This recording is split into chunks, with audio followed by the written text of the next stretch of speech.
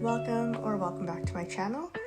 This week I'm going to be focusing on how I create my weekly spreads for my work bullet journal. So if you saw my previous video, which I hopefully posted everything in order, you'll have seen my overall work journal setup, and here is me actually flipping through my January weeklies.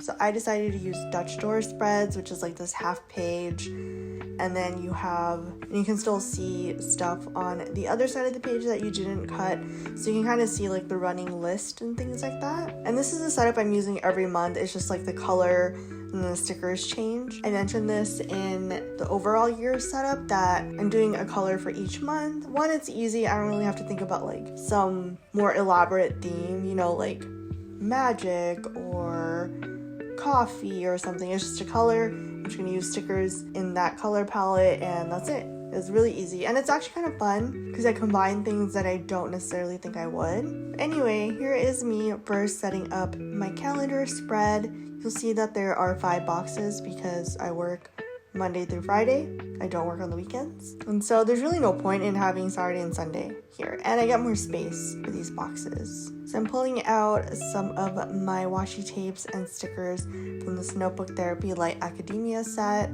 because I was kind of going for like a brown orangey theme, orangey brown. So I think maybe the brown is reflected more. And this washi tape actually had days of the week stickers, so I was like, that's perfect. I don't need to write it in. I can just put the stickers in, and then going in and writing in the dates onto the calendar.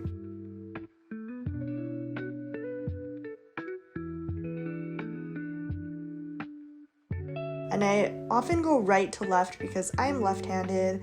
I do not want the marker to smear, so I'll just start in the other direction. That way my hand won't actually end up smearing. Putting some grid washi tape and some other colorful washi tape that are kind of in this orangey brown color palette. I don't have a lot of orange washi tapes, so I'm really relying on the brown as like a complement here.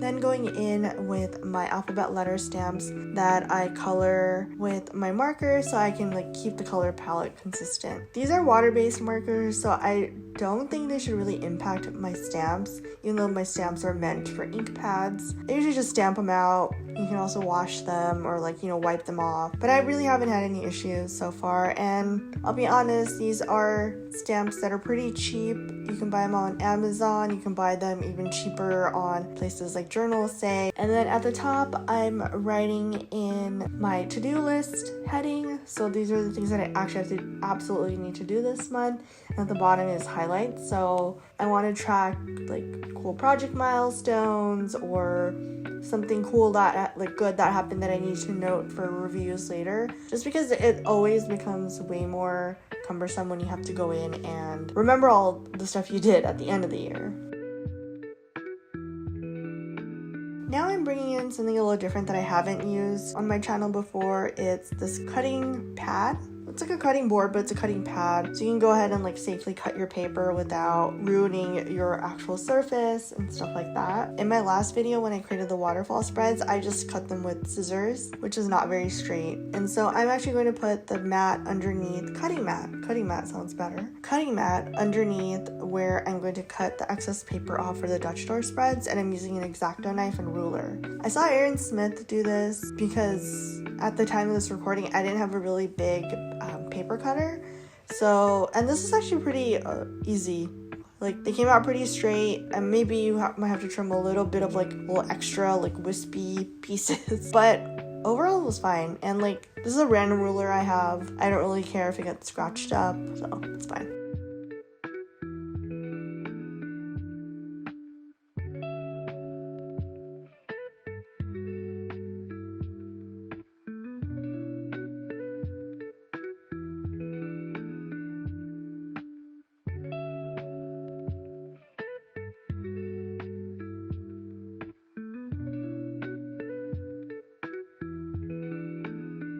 Then I'm cutting the corners to make it rounded to match the rest of the paper. And then you'll see on the left side is, on that full page, is my weekly to-do list, and then any notes or anything that I always end up jotting things down when I'm in meetings with people, things to keep track of, new tasks that have come up, action items, all that stuff, things to keep in mind. So it's just nice to have it in like a little space. Now I'm setting up the week, and of course it'll only be 5 days, Monday through Friday. And after putting in the dates, I'm using this days of the week washi tape that I have from Takti. If you watched my setup last year, and I've used these tapes in a bunch of setups. They're super handy. I like using them. It's easier than handwriting. I realized that I definitely like the whiter ones better because they blend in because my pages are white. So I thought I'd just start using up the black ones here in my work bullet journal. You can see like the stuff that I don't use as often or don't know what to do with ends up here, which I think is cool because like I'm using things up. I'm not buying things specifically for this journal. Things aren't going to waste. And sometimes like I'll do some decor that I actually really like and something I want to replicate in my own personal journal. So it's like another avenue to be a little creative, try new things, not really feel any sort of pressure. I don't know who I'm feeling pressure from outside of like, you know, I post these online and it's not like I have like thousands of followers. There's a good amount of you, like that's insane to me, honestly. But no one sees this because it'll contain like very like specific information. I'm not going to be posting any of these, so I can just kind of do what I want. And if it looks ugly, in my opinion, if it looks ugly, it's ugly. Just move on. They're more meant to be functional, and that's pretty much it. And then at the end of the pages, you know, I have a little more space, and I can also keep track of things for next year. So here is the quick flip through. This video is actually pretty quick. The setup is pretty easy to do. It's minimal. It's not a lot of like art or calligraphy lettering done in here. So that's pretty much it. This is the same monthly and weekly setup that I do every month. And I have actually made some adjustments to this setup, so maybe I'll film one again in a month or two as I figured out what was working. So let me know what you think in the comments below this video. Was this helpful? Do you have questions? And if you liked what you see, there's a bunch of more journaling videos on my channel, and please stick around for more. All right, bye.